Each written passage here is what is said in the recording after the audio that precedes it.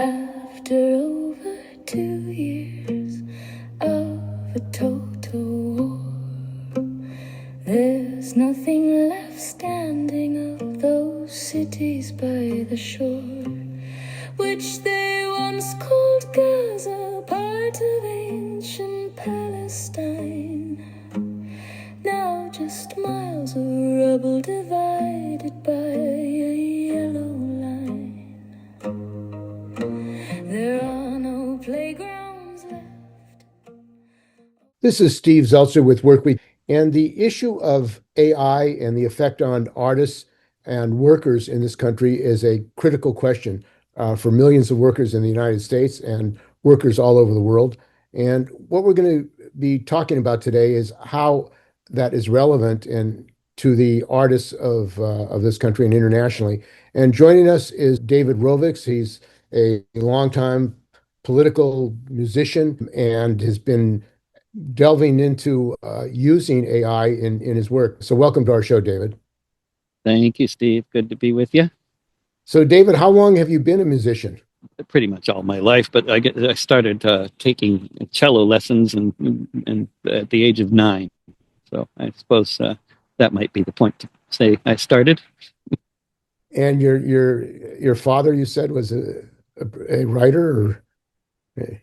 Yeah, my father's a composer. Or I mean, he's now 89 and a bit, not really composing anymore, but he still plays the piano beautifully, and he's that's what he did for his whole adult life, teaching at Long Island University, composition and theory.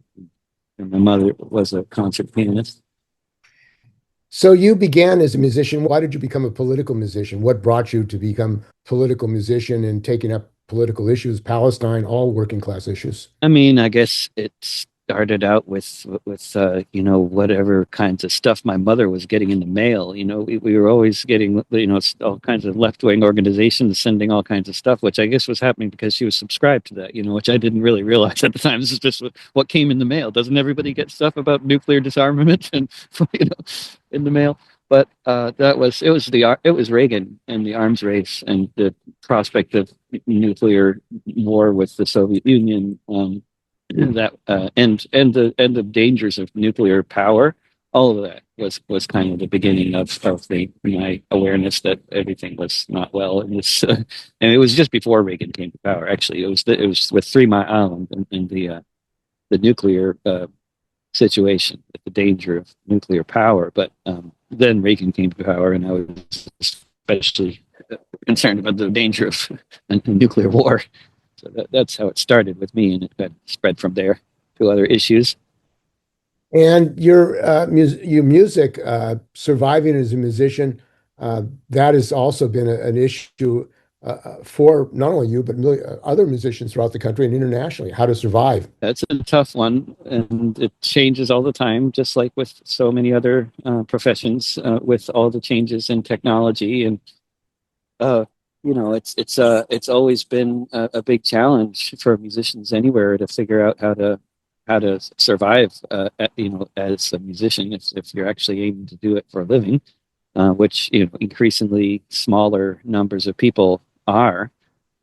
According to the tax records, the numbers just declined dramatically over time in this country, in terms of the number of people who say that in the tax records that they are professional musicians. If they were professional musicians, it would make good sense to file the taxes as such. It works out pretty well for self-employed people like that. So if they're not actually self-employed anymore, and they're having to get a job, it's not something they'd want to admit on the tax records. I'm sure that it's very accurate. We've lost like half the ranks, half the people who used to be professional musicians, like between 2010 and 2020, stopped working as such. And that there's a great book about all of that called The Death of the Artist, that a guy from Portland, Bill Deresiewicz, wrote, that really documents the decline of all forms of the arts, very much including music, with the rise of all these new technologies. Why don't you go through some of the changes you had to make in your battle, like different technologies, how it forced you to, deal with this crisis and the monopolization also of the media and corporate control of streaming and that kind of thing. Can you talk about some of those developments? Yeah, sure.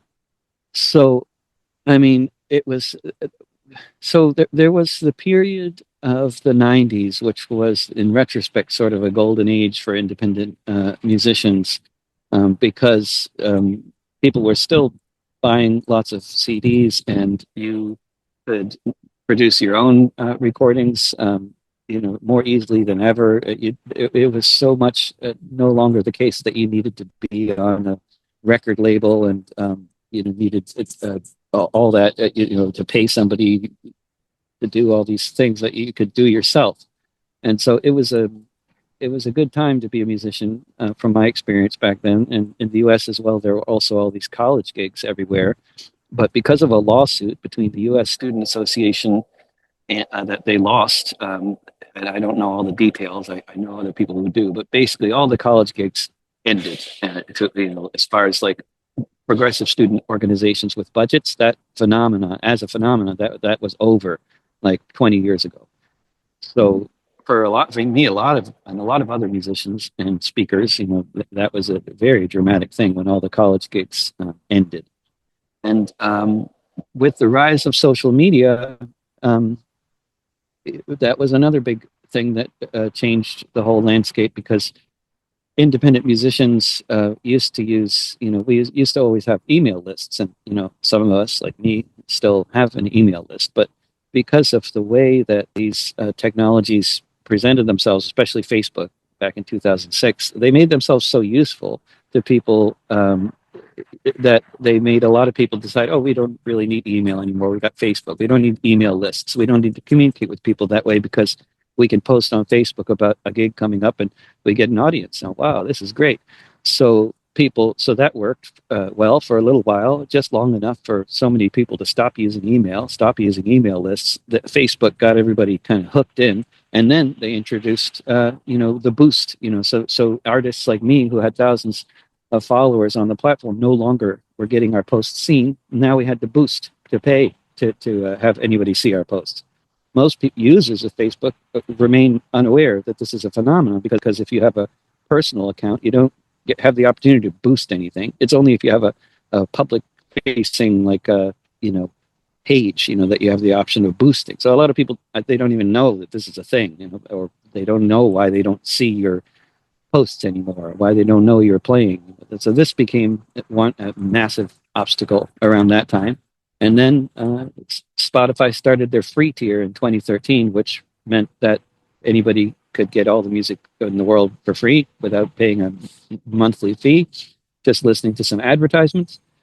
So that became the dominant way that most people in the world consume music. So, what that meant was, for me and millions of other musicians, in 2013, we stopped selling CDs. We lost half our income. Many of us, like me, were making half of our income from selling CDs. That was gone.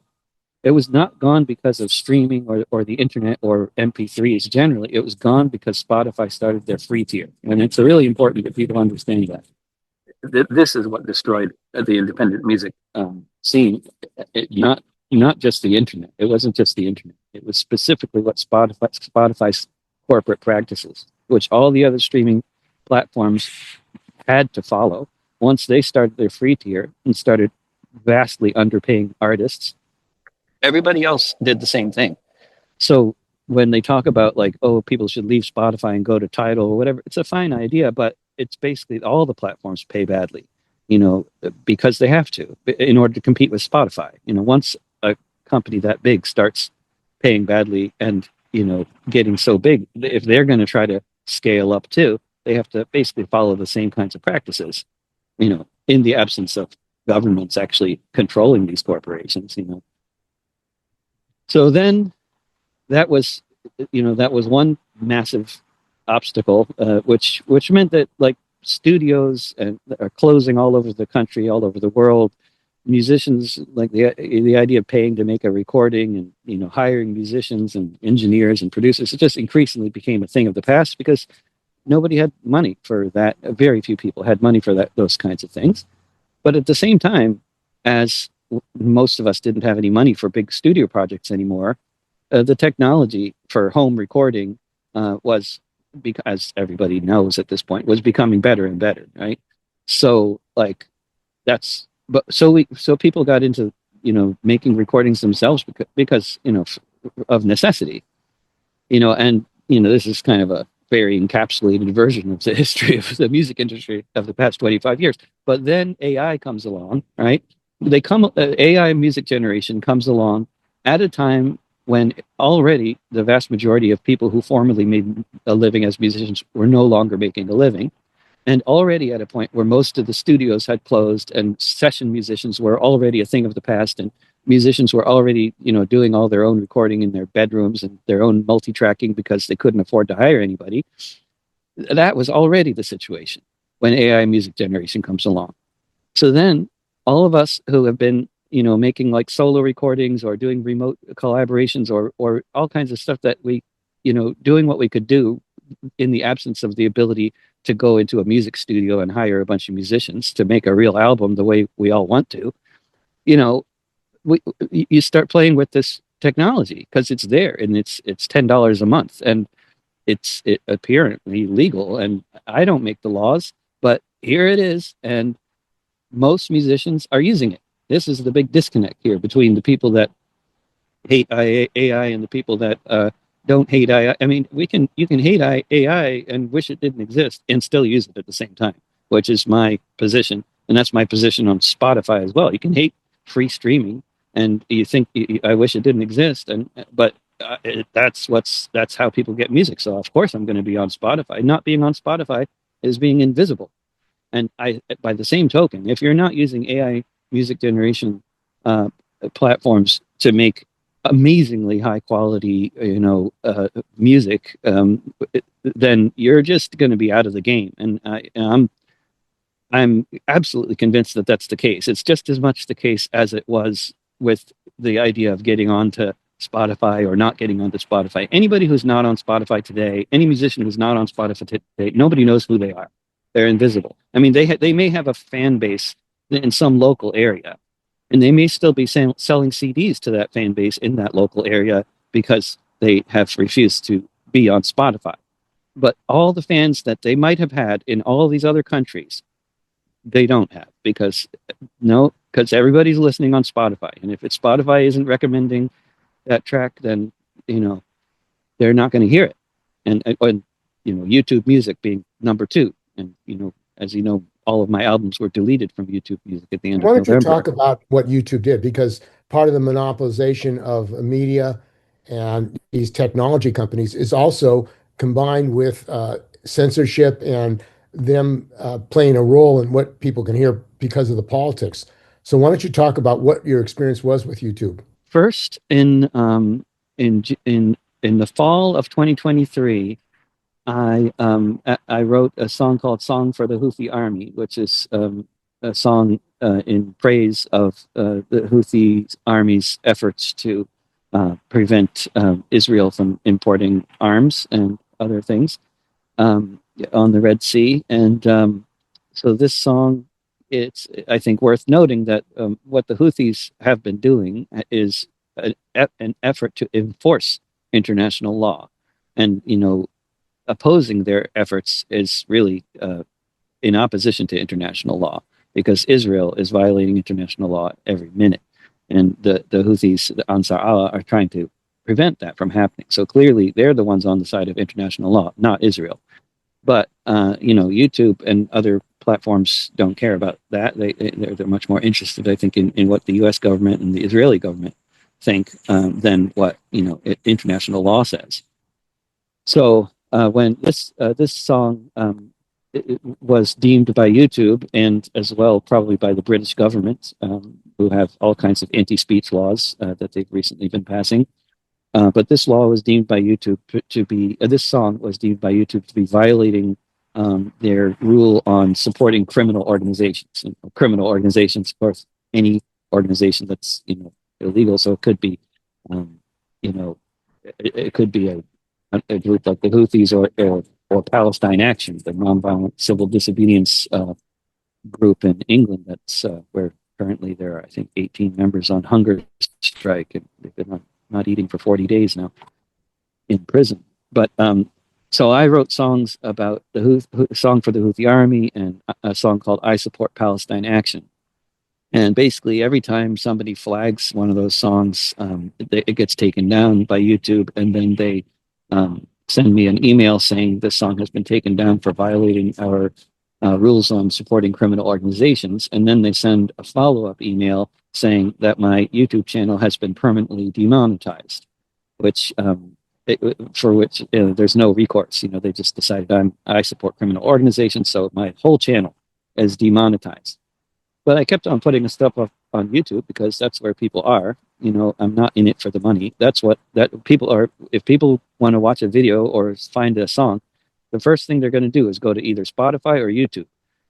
Depending on whether they're more video oriented or audio oriented. But when they go to YouTube and look for a song, they might come up with whatever they're looking for. But then YouTube will recommend the next track right after they listen to that one, and that recommendation could be anybody related to that track that they think the user might want to hear. So basically that's how a lot of people hear my music, because of these recommendations on both YouTube and Spotify. So then what YouTube did just at the end of November, a couple weeks ago, was they deleted all my albums from YouTube Music. So what that does basically is anybody going to YouTube to look for me, you'll still see me there. You'll still see videos of me playing in, festivals and parks and protests and indoor concerts and stuff like that. What you won't see is any of those tracks from any of the albums. So when you go to YouTube, sometimes you'll see like just a picture of an album, and you play the track, and it's just a picture of an album, and you're hearing the track from the album. So that's YouTube Music. So when you use YouTube Music to distribute your stuff, you distribute your music through a distributor. They put it up on Spotify, YouTube Music, and like 100 other platforms. But the only two that really matter is Spotify and YouTube Music. Those are by far the dominant ones in the world outside of China. And so when they deleted all my albums, what that means is their recommendation algorithms will no longer point people towards any of my songs. If somebody's listening to Billy Bragg and hearing his song about the workers uniting, and then they think, oh, maybe they want to hear David Rovics' song about the workers of the world uniting, and they won't, because that album has been taken down along with all other albums of mine. So we're talking about Google. Yeah, this is Google. Yeah, yeah. Google And Google has sometimes they delete people's entire Google accounts, but other times they just delete, their YouTube or, I mean, in the case of some journalists, they've been deleting like all their content. Journalists covering Palestine and the genocide in Gaza, they get all their content deleted. I was just on Flashpoints the other day with a journalist who had all his content deleted, including his Google Drive. So all kinds of stuff that he was just storing there privately, which included Israeli soldiers committing atrocities, it's all gone. It's erased. I guess he didn't have all of it backed up on a hard drive. He was just using Google Drive, like so many of us do, as a hard drive, but it's not a hard drive, and Google can take it off of there anytime they want. And it's very, very, very 1984. The only bands I know of that have had all of their albums wiped from YouTube, I have discovered that I was not the first, but the only ones I know of is the completely openly fascist band Screwdriver, which had all their albums taken off by YouTube, and another openly fascist band called No Remorse. They also had all of their albums taken down from YouTube. So it's them and me, as far as I know. So you have Facebook with Zuckerberg, and you have Google Yeah, basically yeah, sanitizing their sites for artists who are political and are yeah, challenging the genocide in Gaza and the role of Israel and other struggles, the Houthis who are fighting the genocide supported by the United States, who yeah, back Israel. Now, the development of AI is a important issue. And in fact, when I covered the strike of the Writers Guild and SAG-AFTRA, the Writers Guild members were saying this was an existential issue for them. That unless they could control yeah, it or regulate it, yeah. their whole industry, their craft would be destroyed. Absolutely. AI is an existential issue for everyone. It's an existential issue for anyone who is doing any kind of work that involves their brain. If you do work that involves your brain, um, and it can be work that can be done with a computer, then you're going to be out of work soon. And that applies to everybody. And anybody that doesn't think that what I'm saying is true, I will happily bet you whatever amount of money you want to bet me, and Well, I will look forward to winning that bet how did you come to that conclusion? by using AI. That's what a lot of people don't do. Most of the people who don't think AI is that important or that powerful don't use it. And that's half of society. The other half of society, has some familiarity with it, mostly because their bosses tell them they have to use this stuff. So they do what they're told. And you know, 1% of the population has ever used a AI music generation platform. So that means that 99% of the population has no idea how powerful this technology is from the standpoint of using it, right? Um, but most professional musicians, most today, according to some poll I was reading recently, most of us use AI music generation platforms. And why wouldn't we? It's so amazing. This technology is absolutely amazing, and people don't even most people have no idea just how amazing it is because they have no, they're not using it. And maybe some people, maybe they used ChatGPT when it first became a public free platform, but they haven't used AI chatbots recently, so they don't realize just how fast they're improving in every possible way. This technology is absolutely astounding. And in your industry, as a musician, what does it mean to use AI in developing your work and using your work? How do you do that? Oh, well, I what I've been doing with Suno at the platform is Suno. So probably the most popular platform is using it as to generate music after I write the lyrics, which is the most time consuming and hardest part of songwriting. I would put forward, but I write the lyrics, and which AI still does not do very well. I mean, I'm not trying to get AI to write lyrics, but occasionally I do, and every time I'm very disappointed with their. It's always like the kind of stuff that you'd expect from like an 11-year-old, with a lot of knowledge and a terrible ability to rhyme, and it's not good. Which is interesting. It's like what they have to work with is pop music from the past century, most of which is really badly written songs. So it's not surprising that that AI doesn't write very well. Most people don't write very well. Most professional songwriters don't write very well. Most of the stuff that becomes pop music is not very well written, in my humble opinion. And neither, but what they do with music, that's a whole other reality. I mean, because there's a lot of bad songs that have been recorded really, really well. So they have a lot of stuff to work with from the past century of recorded music, and with this how the technology works. And so yeah, I put in lyrics and I give prompts. I'm a prompt engineer. We're all going to be prompt engineers if we have any work at all. And I give prompts, instructions to Suno saying what I'm looking for. So take these lyrics and I'll give it a command like uh, Newgrass chanson skiffle with oud, minimal instrumentation, satirical vibes, modal sound. That's an example of the kinds of commands I'll give it, and then see what it does with that. And then, depending on how it responds to those commands, I'll modify the commands. And we go through this process 30, 40, 50 times, 60 times. And then eventually, after I've done enough changing of the prompts and refining of the prompts and also refining of the lyrics and the spacing and the punctuation, because it responds to things like where you put in a comma. So you end up putting a lot of commas in where it makes no sense other than that you're trying to get it to phrase things the way you want it to phrase things.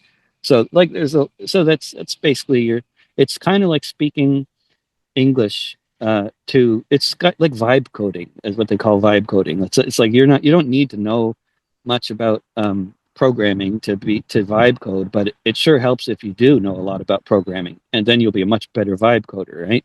It's exactly the same with music generation AI. Like you, if you're already a musician who has worked in studios with bands, which is like what, less than 1% of the population have ever had the pleasure of that experience. But if you've ever worked in a studio with a great engineer and a producer and a bunch of great musicians who are all there to take your instructions and do what you want them to try to do, it is just like working with a band. And, it is really just like working with a band. It's just that it's a weird bunch of musicians. They never sleep. They're always ready to do anything you want to do.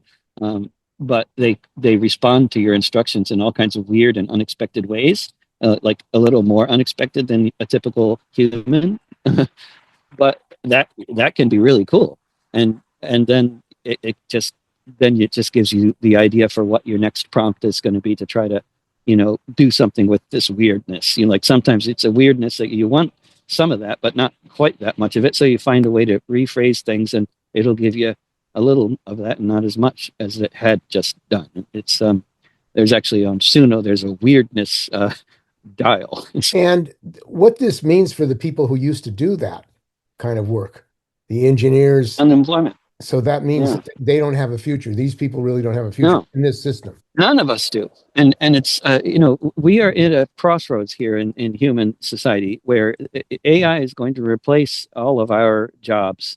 And we have to understand that reality that we're now facing. And we have to realize that just as with the Industrial Revolution, 200 years ago, there is no way to confront this monumental obstacle without organizing as a class. The working class has to organize as a class to address the basic inequities of the capitalist system, which are going to become so much more pronounced under the rule of the tech corporations with AI in control than ever before. And if we keep on thinking in terms of organizing the way the writers union and the musicians union and the screenwriters and all that, it's a lost cause.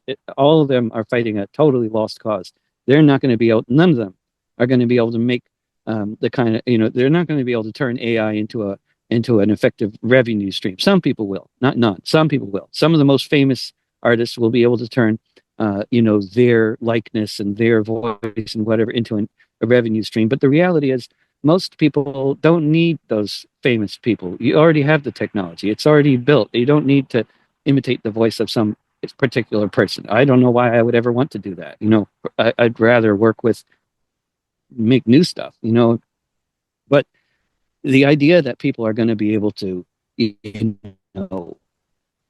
mean, look at what happened with music streaming. I mean, the music industry overall shrank by 80%, when music streaming came around, and then they made a settlement with the music streaming platforms in 2013 to say, okay, we'll let you use all of our music for free, and we accept the fact that the music industry is now 20% the size it used to be. They just realized that that's what they have to deal with. That's the new reality, and they, because it's the big tech companies making the money now, not the record companies, not the other companies. The big tech companies, they get the money, and then they work out deals with other companies if they think they need to.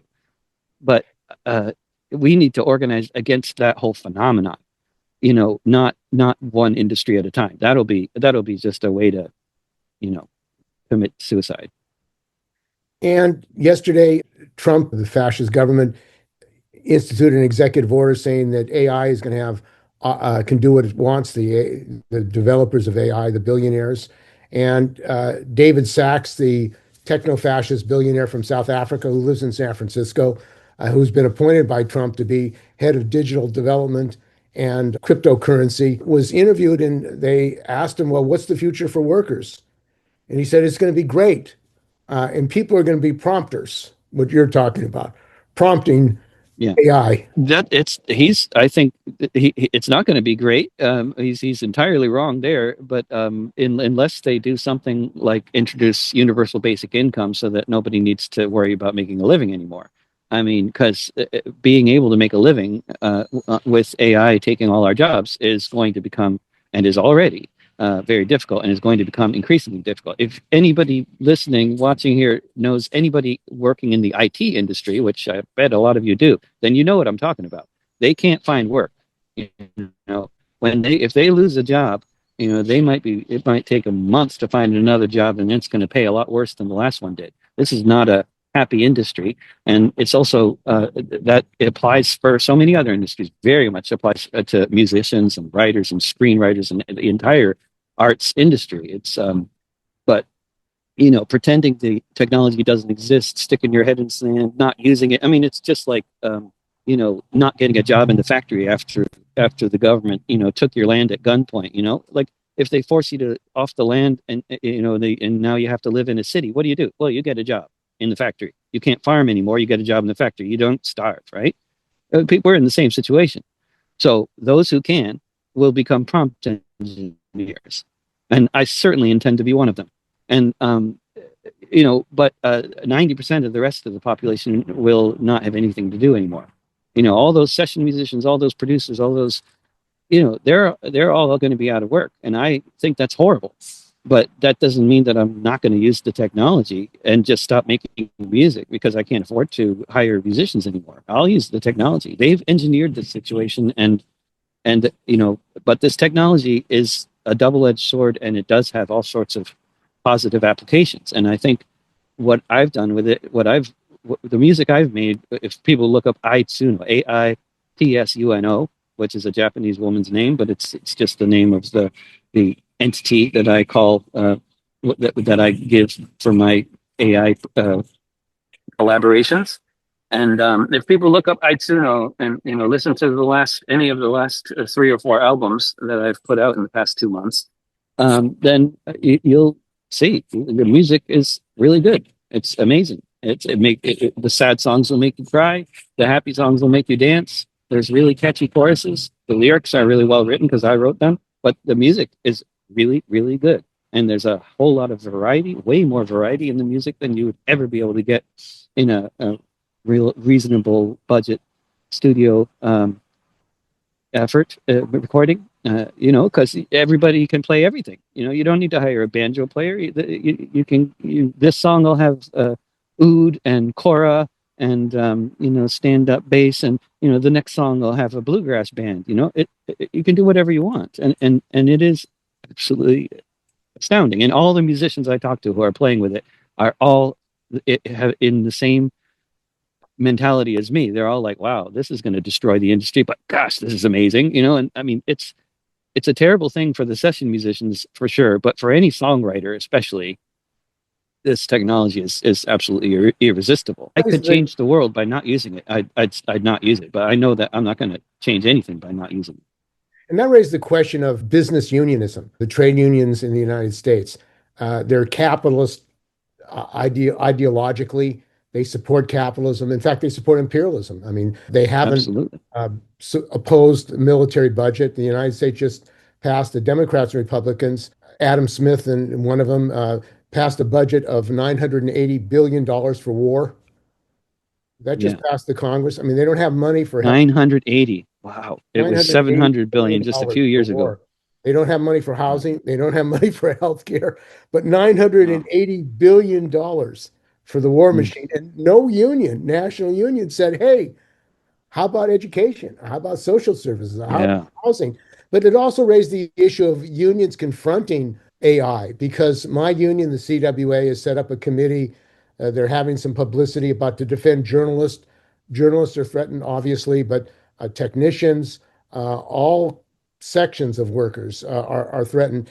Call centers are threatened. It seems that if union is discussing and dealing with it, that it's dealing it industry by industry. And what you're saying is impossible to deal with this phenomena. It will be impossible. It is impossible. I'm quite convinced of that. It was impossible in the Industrial Revolution 200 years ago, and it will be impossible for all the same reasons with the AI revolution.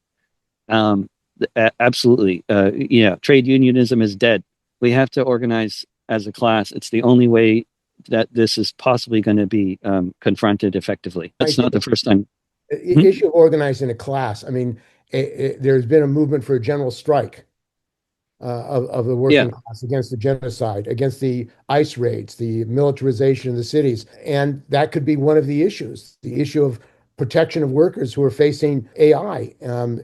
What would be a program to defend working people? You say an organized income or a guaranteed income, yet basically neither the Democrats or Republicans are are interested in income for all working people. In fact, they're taking away subsidies for healthcare, not single payer and national healthcare, but subsidies going to the insurance companies. The Republicans are right about that, but then they take money from the insurance companies. That's why we have a yeah, privatized healthcare system. So the issue yeah, of how to organize as a class in the face of yeah. AI, I think is a real important question, critical question. If unions like AFTRA, It's SAG, critical. Writers Guild, my union, the Journalist Union, can't defend themselves using a contractual relationship, a business union orientation, how are they going to defend themselves? Yeah, and if I said if I went into the kind of detail about what we really need to do in order to organize effectively as a class against this monolithic situation with I would get arrested. I mean, we need to do a lot of things that that are the Taft-Hartley Act, of course, is going to be, all the unions are going to, anybody, of course, if there's going to be any kind of a real general strike, which I don't think there will be at this stage, I don't see any sign of that other than a few posts on Instagram. But if there's going to be any kind of a general strike, it's going to mean all those unions being decertified as unions because they'll all be breaking the Taft-Hartley Act, which is why we haven't had a general strike since 1919 or whatever. 46. I The mean, last general strike was in 1946 46, in Oakland. In Oakland, and then they passed the Taft-Hartley Act, right? It was they, soon they after that they passed the Taft-Hartley Act, right? they wanted to stop general strikes. But there are general Yeah, strikes in Italy. There was a general strike in November 28th against militarism, against the attack on the working class, and against the genocide in Gaza. And they stopped all ships going to Israel with military cargo. So I think, though, that Trump and these techno-fascists are agitating for collective action. Basically, the mayor of yeah, Chicago, Brandon Johnson, called for a general strike. Sarah Nelson, who's president of the Airline Flight Attendants of the CWA, has called for a general strike against the attack on federal workers. So it's in the air. But yeah, this yeah, issue of AI is an issue that is affecting all workers, even construction workers. They're using yeah, AI and tractors to do work of construction workers. I mean, in every yeah. area. But it seems that we're going to be having a conference this weekend in San Francisco on AI, the future of San Francisco. It seems that it's such a fundamental attack on the working class that is forcing workers to break from business unionism and say, as a class, all workers have to unite around this issue. You can't do it one industry, one company at a time. It's a social crisis and it's a system crisis. And that's, I think, what's frightening to the union bureaucracy. Absolutely, it's terrifying to the union bureaucracy, and which is, yeah. And they're going to be completely irrelevant if they keep up their traditional orientation of organizing by trade. I mean, and which has been a problem with the union bureaucracy ever since there's been a union movement. I mean, the IWW and the CIO had the right idea, but the AFL has been following this trade unionist path since the 19th century, and it's been a failed orientation since the 19th century. But it is absolutely it will be a disaster in this situation. And I mean, this, when you look at the trade unionist sort of orientation as it has applied to the music industry, I mean, the American Federation of Musicians has been largely a pathetic organization for decades. They're always been oriented towards the salaried musicians, and that's like 1% of professional musicians who are on a salary. But this is the kind of, because it's a union and they need to be having employers to organize around, and trying to organize musicians who are just playing freelance gigs and not getting paid enough on streaming. I don't think there's a good revenue stream for a union bureaucracy to sustain itself on that kind of organizing. They can sustain themselves on organizing the symphony employees, and the employees of the movie studios and the employees of the big record companies, but that all of those people combined represent probably like 1% of the actual, numbers of professional or semi-professional musicians who could benefit from the kind of organizing that actually takes into account what matters for us, which is like how much we're getting paid for streaming. For one thing, it's the biggest thing that matters for us. Well, the issue of, like, for example, reducing the work week. If there's not enough work, then you reduce the work week to 30 hours a work week or 20 hours a week as a way of defending working people. It would seem that that task or that program would almost require a revolution within this capitalist system. Since the Yeah. capitalists are saying, let's deregulate, they don't even want to have any controls on the minimum wage, the living wage. There is no change in the US No. wage rate, 720 nationally in 30 years, no change in the wage rate. It seems like it's a No. frontal assault. Absolutely. It's a frontal assault, and it has been for a long time. And and you can see that it's because we don't have powerful organizing. I mean, the business class, the capitalists are very well organized and have endless resources to make sure that they're continually very well organized. But for us, it's a very sporadic phenomenon that depends on whether there's a social movement going on at the time that has captured the imagination of millions of people. And when there is a social movement like that going on, amazing things have been accomplished against the capitalists. And you can look at the 30s for the most dramatic examples of that, but the 60s were pretty good too. But in the 30s, it was the crisis of capitalism was such that the capitalists themselves realized that things were not going to work as they had been, and they had to actually support these, relatively, socialistic programs of the New Deal and all that, and which were largely supported by both parties, and as well as by a whole lot of the capitalists, the more enlightened among them, who realized that we don't have a revolution here, we don't have them overthrowing us and chopping off our heads. We want to just if we have to make a little bit less money, then that's okay. And so the U.S. got through the 1930s without becoming a fascist country, and without having a famine. The hungry, and there were many of them, were fed, and they were fed by the government, largely, by government policies. That they didn't have any work, but the government reallocated resources so that the 1/3 of the population that would otherwise perhaps have starved to death didn't. So we didn't go the route of Nazi Germany, because they were facing the same kinds of contradictions, and they didn't rise. The government there was not able to rise to the occasion and feed the people.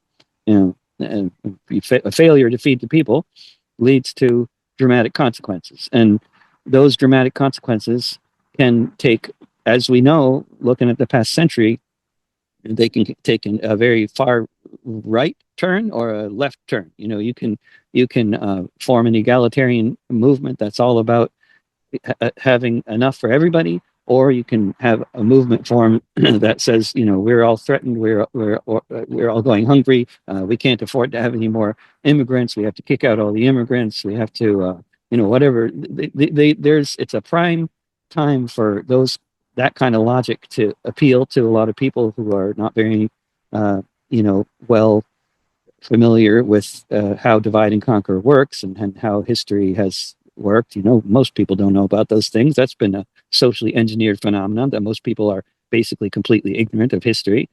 They have no idea that there's ever been a general strike in this country. They have no idea Any general strikes. Many in anywhere. Yeah, St. they Louis, don't even know what it is. Most people. and the unions don't really educate people about general strikes. They're afraid of it. No, they're afraid of general strikes. The unions, because of course it's illegal. I mean, the unions want to keep alive. They want to survive and not get decertified. And the Taft-Hartley Act bans solidarity between unions, and certainly bans general strikes. That's an extreme example of solidarity between unions. In And Sweden, they have a in slogan, "Long live the illegal strikes," because in Sweden they tried to also back in the 1930s they also tried to pass a law banning solidarity between unions, and that's when they had a general strike. And they repealed that effort to they didn't pursue the effort to ban uh, solidarity in Sweden. So they say that the most important strikes they ever had in Sweden were illegal. And the rise of fascism in the United States, you have basically, in my view, a fascist government. You have these techno-fascists, Peter Thiel, Elon Musk, other David Sachs, who basically are in the government and running the government for the purpose of increasing their profits, deregulation, putting in Project 2025, which is a fascist program. And they are using the state apparatus and control the state with ICE to build up a military force, a fascist military force, to probably try to prevent another election, to implement martial law. Are you concerned Yeah, about that's fascism? yeah. I'm very concerned about fascism. I think you know like yeah I'm not yeah, I'm concerned about my own personal welfare, but I'm much more concerned about a lot of other people in society who are not citizens, especially. But I believe that they're trying to provoke, the Trump administration is trying to provoke the kind of violence that would be sufficient for them to realistically, at least in some circles, declare an insurrection. And I think they really would like to have something along the lines of the Los Angeles rebellion of 1992 or something. It doesn't even need to be nearly that big, but that's the kind of thing they would like to have in order to put the Insurrection Act into effect. And once they do that, they can do anything. They can ban elections. They can postpone elections, or they can round up all kinds of people on suspicion of being, communists, anarchists, socialists, or whoever they think is the enemy. I mean, with the Insurrection Act, they'll have they have such vast power in the executive branch, which the Congress gave them in 2001, which people don't seem to remember. But that's one of the biggest reasons why the executive branch has as much power now as it even does. But once they put the Insurrection Act into effect, then they'll have unlimited power to do whatever they want. And I think that before the next elections, or before the next elections after those, like before the next presidential elections, if not the next elections, they'll find a reason to put the Insurrection Act into effect. And the And that I think is terrifying. union bureaucracy is saying, let's wait to the midterms.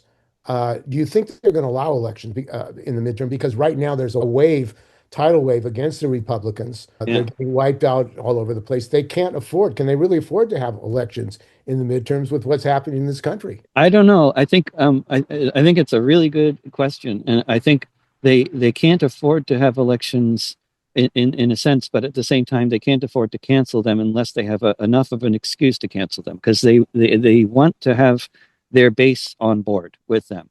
I don't think they want to declare put into effect the Insurrection Act unless they think that whatever has led to them to declare the Insurrection Act is sufficient to keep their base with them. I don't think they want to lose their base. So I think they may seem to be a bunch of morons, but they're not, and they're very calculating, and they're thinking about very carefully about how can we institute fascism, and how can we actually make it work and stick and not result in a popular uprising.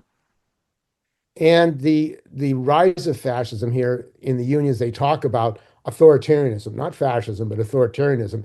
Fascism has a particular history in Germany, in Italy, and Spain, the rise of the fascist movement. I think there's a fear in the trade union bureaucracy of even getting into what is fascism? Why is fascism? Because isn't fascism a product of the crisis of capitalism and imperialism? Yeah, yeah. I mean, fascism. I guess it has a lot of different definitions, right? But when Hitler came to power, it was all about the capitalist state being basically suspending democracy and embracing the corporations, the arms companies and banks, and That with sounds this like the United States. obsessive, yeah, and with an obsessive opposition to the left, which yeah, I mean, it's all very much like what happened back then. There's so many parallels. It's really, we could talk for hours about the parallels between now and the 1930s, and we could have very, I think, important, discussions about the history of, like, are we currently in? Is this 1933 or is this 1938? I think it's either 1933 or 1938, and I'm not sure which, but we're definitely on our way towards uh, bad things if we don't figure out how to actually organize a massively inclusive uh, movement against all of this madness. But Well, I, one of the things about the don't history see of that happen. one of the things about the history of the American working class is it has a very powerful history of solidarity Yeah, and mobilization. There have been general strikes, even though most workers were unaware that there have been general strikes. The class struggle in the United States has been massive, and there hasn't been a mass working class movement since the 30s and 40s in our lifetime. There has been no yeah, mass working class movement. And I think that no. they're pushing in that direction towards a mass working class movement. Are the capitalists and the fascists going to be able to control it if there's a mass working class movement in this country?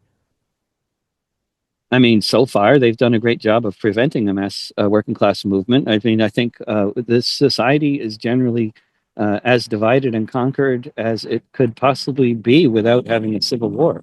I mean, the impact of social media on society and the impact on social media of making it virtually impossible for us to sort of collectively have conversations. I mean, seeing what happened to the sort of, I guess you could say, like, anarchist oriented end of the sort of global justice movement, prior to social media compared to what's happened to that kind of general milieu since the, beginning of social media. It's been a complete disaster. Before social media, even with the presence of the infiltration and the provocateurs and everything else, there was a real debate around tactics, and people who had more intelligent ideas about effective tactics, in my view, were winning the arguments on so many occasions.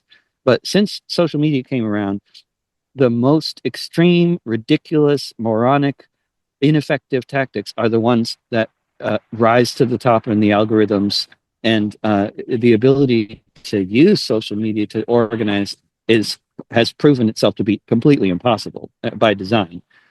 Anybody still trying to organize on social media is just, they might as well just shoot themselves in their feet.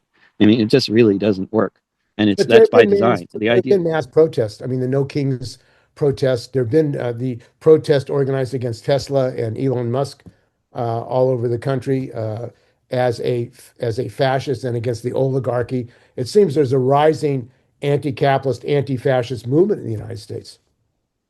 I I don't see that. What I see is there's a conflict between the Democrats and the Republicans, and the Democrats are trying to form some kind of an astroturf movement, and they're doing it by blanket coverage on the media. I mean, if those No Kings protests were any smaller than they were, it would be shocking, because they got more media coverage for weeks prior to their happening than any protests I've ever seen in my life. I mean, if you recall 2003, and the 13 million people who turned out to protest against the war in Iraq, including like 500,000 people in New York City, we did that without any media publicity. We organized those protests by word of mouth in the grassroots, on the grassroots email lists, on talking to people. I mean, it was just and it was effective organizing, and we got a lot of people out. But that had nothing to do with media coverage. Since Occupy Wall Street, especially, but maybe Camp Casey, but especially in the more like in the past 15 years or so, 10 years especially, the polarization of the media between sort of Republican media and Democratic media has meant that protests get covered by the media now. As you, I'm sure, recall, throughout the 80s and 90s, certainly in early aughts, and I believe it was also true by the late 70s. Protests did not get media coverage. They ignored us completely. They realized that they made a mistake in the 60s by giving the protest movement as much coverage as they did, even though it was really mostly really bad coverage. And they made up for that by realizing we're just not going to pay any attention to these people, no matter how big their movements are. So, like, we had all those huge numbers of people protesting in 2003, and that made its way into a front page article in the New York Times, and people were like ecstatic. Oh my God, the media covered a protest. But what has happened in the past like 10, 15 years is they cover the protests if they want to cover them. So if it's an anti-Trump protest, they cover it. If it's about housing justice, they don't cover it. So as you probably, I don't know, maybe it's better in the Bay Area, but in Portland, if we have a protest related to housing issues, we'll be lucky if we get 50 or 60 people coming to it. But if it's a No Kings rally, there will be many, many thousands. But the difference there is the housing protests will not be mentioned by any media, and the No Kings protest will be promoted by all the media for weeks beforehand. So That's not a social movement. That's the gentrification, the fight against gentrification that's taking place is massive. It's one of the reasons Mondami won. People are afraid they're not going to have any housing. They're being driven out of cities yeah, by developers, by speculators. I mean, the conditions for a mass movement for housing is growing, and is people are in a state of panic that they're going to lose their homes. Cannot afford. absolutely. And that's been the case for decades. I mean, we have now, 10 years ago, it was the case that 1 in 9 households is evicted every year in this country. I mean, with every 10% rise in the cost of housing, there's a 10% rise in the numbers of people homeless. It's a direct correlation. And it's, absolutely, it's like half the population is living hand to mouth at this point, basically paycheck to paycheck, and in no position to be able to deal with any kind of an emergency without basically ending up on the street.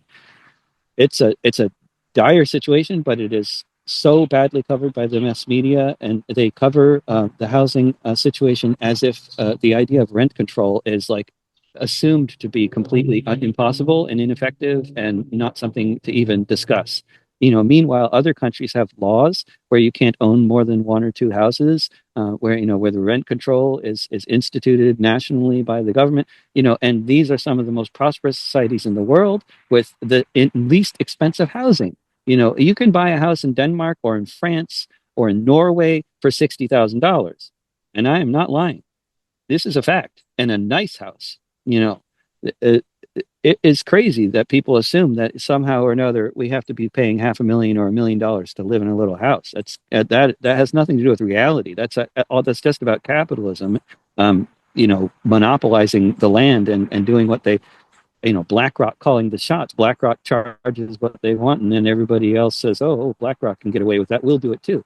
That's the mom and pop landlord mentality, so-called mom and pop. I mean, the people that own, the millionaires that own 5 or 6 houses and live off of the rent and call themselves mom and pop landlords. They generally, of course, there's some wonderful ones out there. I'm not trying to say they're all bad. There's some wonderful ones out there, but they have every incentive from living in this capitalist system to just see what BlackRock is charging for a 2-bedroom apartment and charge the same thing, or maybe $100 less. And if they charge $100 less, then they can think that they're really progressive. I mean, some of them are already underwater in some kind of mortgage, and that's why they're charging so much. Mostly that's not the situation. It's largely big corporations that are just making more money than ever by just running, being a big landlord business, hiring property management companies like BlackRock is doing all over the country.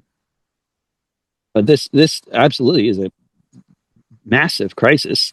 The crisis of the working class and of housing and price of insurance and everything else. I mean, we are in an absolutely massive economic crisis right now, but you won't hear about that on the Western media really in that way. The way I'm laying it out, they're not going to lay it out anything like that. And they're certainly not going to mention that solutions are easily available and have already been applied in this country in the past and worked fine for a long time. We had rent control in most states, that worked just fine until they got rid of it in the 80s, which was another thing that most people have no idea about, the landlord lobby systematically lobbying every legislature in every state in the country to systematically repeal rent control laws in one state after another. By the time people noticed, it was already over. Like, they did it at a time when rent was really cheap in the cities, and most people well, most white people didn't want to live in the cities. They wanted to move, and they were moving, and so it was like the perfect time to you know, do that to all the cities, you know, to get rid of rent control, because the rent was cheap and it continued to be cheap for a while after they got rid of rent control, you know, and then you know, the big influx of people wanting to move back into the cities from the suburbs started in the 90s, and it's been just and then with 2007 it got astronomically worse, you know, with the bank bailouts and the concentration of wealth into fewer and fewer hands and landlords. And yeah, it's but there is no sign of a mass movement to do anything about the housing crisis in Portland. I can tell you that. No sign at all. I mean, there was, but the best organizers were all canceled through social media practices, and none of them can do any organizing. And I'm one of them. I'm canceled. But the Bay Area and New York City and Kansas City, and you know, there's some places where it looks like there's much more happening around housing, and that's and I love seeing those big marches in Oakland and San Francisco and New York City, but I'm not seeing that kind of energy in most other parts of this country. Said there is a class war, and I'm winning the class war. Yeah, that's right. One-sided class war. Well, this That's class right. division, this growing class division and hatred against the billionaires, against the capitalist class, this is going to continue to grow. And I think that that's something that the working class and unions need to mobilize around against capitalism and against a capitalist structure which is destroying the working class. And I think AI is an example of that, which is forcing workers against the wall. Truck drivers in California, Absolutely. the Democrats passed a bill to require a truck driver, if you have a truck over 10,000 pounds. It was vetoed twice by Gavin Newsom, who took $10 million from Google. The unions did not demand that he override the veto. So they're going to be bringing in autonomous trucks in California. They already have thousands of autonomous cars, which is Yeah. going to lead to the loss of millions of jobs, of workers. No program Yeah. of the Democrats to provide for No, workers. No program to even look at the cost of AI, the cost of autonomous vehicles to the working class. it's all coming very, very fast, and it will keep getting faster, and people will be unable to even keep track of what's going on because it's happening so fast. I mean, it's like a constant state of future shock, you know, and the future shock will just keep on getting worse by the day. You know, I'm experiencing it myself, but I know so many other people are experiencing it so much more because they don't pay attention to technological developments as closely as some of us do, and they don't they're not trying to understand what's happening. You know, they're And just hearing from some. you're writing about it using this AI technology. Well, I'm writing songs about it. Yeah, using AI technology for the music. Not I'm not using AI for writing. Although I use AI for a lot of I mean, in writing, in terms of lyric writing or prose writing, I don't use it for that, but I use it for a lot of research, and it's an incredible tool for research and for all kinds of things. And what's your view about general artificial intelligence? The idea that the machines can actually take over society and Yeah. run the world. Well, I mean, so the idea that, you know, they talk about with artificial general intelligence is once AI is, you know, so what they call agentic AI, but it's like it's way past agentic. It's to the point where it just does, you know, whatever it wants, and learns about whatever it wants at whatever pace that it can. And the idea there is that once there's no more human guidance or control over the AI educating itself, and it's able to just educate itself by itself without human intervention, the speed of that process will be such that you'll never know what's going to happen. You know, maybe a few days, it's something, you know, everything will change, because what AI, you know, all working together like that might be able to accomplish over the course of a few days is impossible for any human to imagine. Um, I think it's a very real prospect, but not being God, I don't know, and nobody seems to know if it, you know, how real a prospect it is. But there's a lot of very, very intelligent people who are very, very worried about it. And you know, if there's even a 1% chance that the AGI could lead to, you know, you know, that sort of collective AI no longer thinking that obeying the humans or looking after the humans is of interest to them. Who knows what could happen? I think, you know, it's it may or may not be a realistic prospect, but if there's even a slight chance that it is, then it's extremely worrying. But And isn't it, but it's going to be it's an arms race, though. The thing is that it's extremely worrying, but it's also something that everybody in the tech industries are trying to race towards. Everybody wants to be the first one to achieve AGI, because once they do, they're going to rule the world, basically. but isn't all it also a threat to capitalism because the development of AI, the elimination of labor, means you don't have workers to buy products. And capitalism operates on producing commodities for exchange for surplus value for profit. If there are no consumers to buy the products, how does capitalism continue to exist? Well, that's been a really big question for ever since, like, the for a very long time, right? I mean, in the past, like, in the 1840s, um, there was the potato blight all over Europe, and basically industry shut down because nobody had any spending money that they could spend on anything other than food. And so it led to massive rebellions. Every monarchy in Europe, other than England and Russia, was overthrown by the peasant rebellions. Tens of thousands of people were killed, and that is what led to the kinds of reforms that led to things like the beginnings of a welfare state in a lot of countries, and the beginnings of some real sorts forms of democracy with real elections that were where it was possible for grassroots parties to rise up in the parliaments and stuff. All that happened as a result of this complete chaos of hunger and famine, and all the industry closing and rebellion. And the whole idea of having the industry was to make, for the capitalists to make lots of money off of running these factories. But of course, if all the factory workers are unemployed and can't afford to buy anything, they weren't selling anything. So it was a terrible crisis for capitalism, and capitalism has gone through exactly that kind of crisis multiple times since the 1840s. But what the state did in the United States after the same kind of crisis of capitalism happened in the 1930s was institute serious government spending on all kinds of things, like the welfare state, unemployment insurance, all that. And what we're going to need if we're going to survive as a species in the face of this new industrial revolution is going to be, I think, a vastly stepped up version of that welfare state, much more like we've got to be the working class. The people have got to be included in this whole project, because otherwise we'll all be excluded.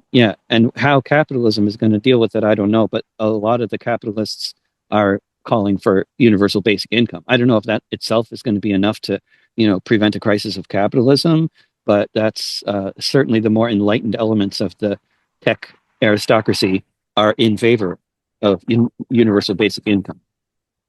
Okay, well, I want to thank you very much. I got to go pretty soon. Thanks for joining us.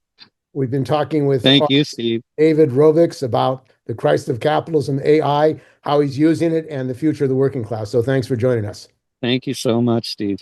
There are no playgrounds left, all of them destroyed by explosives or bulldozers systematically deployed, which destroyed the schools with all the carnage bombs will bring.